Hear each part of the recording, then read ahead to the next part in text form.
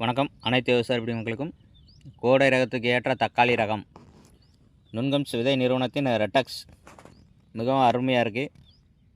விவசாயிகள் இதுக்கப்புறம் நடக்கூடிய தக்காளி ரகங்களுக்கு வந்து கம்பெனி ஐட்டமாக வாங்கி நடுங்க. சில ரகங்கள் நல்லா காய்க்கும், ஒரு மழை பெஞ்சுன்னா எல்லாம் வெடிச்சிரும்.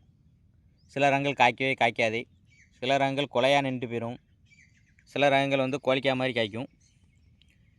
அந்த வரிசையில் பார்த்தோம் அப்படின்னா இப்போதைக்கு ரெட்டக்ஸ் நல்லா இருக்குது. போன வருஷம் நம்ம கொடுத்துருந்தோம், நல்லா இருந்துச்சு. ஃபீல்டும் பார்த்துருந்தோம், நல்லா இருந்துச்சு. எட்டாங்குளம் ஐயனார் நாட்டுப்பண்ணை. இது வந்து இப்போ ஒரே விவசாயிக்கு ஆர்டரில் தான் இருக்குது. நுண்கம்ஸ் விதை நிறுவனத்தின் ரெட்டக்ஸ் பேப்பரில் வச்சதுனால நாற்றோட தரம் இவ்வளோ தான் இருக்கும். இப்போ தரையில் வச்சோம்னா இந்த நாற்று இப்போ பிடுங்கலாம், அந்தளவுக்கு வளர்ந்துருக்கும் நாற்று. நம்ம கீழே அந்த கருப்பு கலர் பேப்பரை விரிக்கிறது தான் நாற்று வந்து ஒரே யூனிஃபார்மாக இருக்கும்.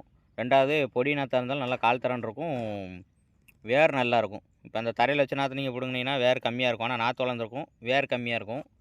இதில் வந்து வேர் அதிகமாக இருக்கும், நாற்று வளராது. அதுதான் அந்த கருப்பு பேப்பரோட மகிமை. எல்லாருமே தரையில் வச்சு தான் கொடுப்பாங்க.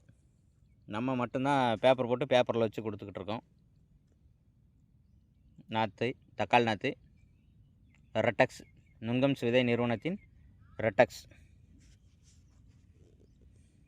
நாற்று. அப்படி இதில் வச்சோம்னா ஒன்று போல் இருக்கும் பார்க்குறதுக்கு. ஒரு 4 நாள் கழித்து எடுத்தால் ஜம்முன்னு இருக்கும் நாற்று. இந்த கிளைமேட்டுக்கு இந்த நாற்று நடலாம், இது ஒன்றும் செய்யாது. தண்ணி இல்லாமல் நடணும். தண்ணி பாய்ச்சி போட்டு இதை நட்டோம்னா அது சூப்பராக இருக்கும். காய் வெடிக்காது, பழம் நல்லா இருக்குது. திக்னஸ், தோல் திக்னஸும் நல்லா இருக்குது. நன்றி. எட்டாங்குளம் ஐயனார் நாட்டுப்பண்ணை.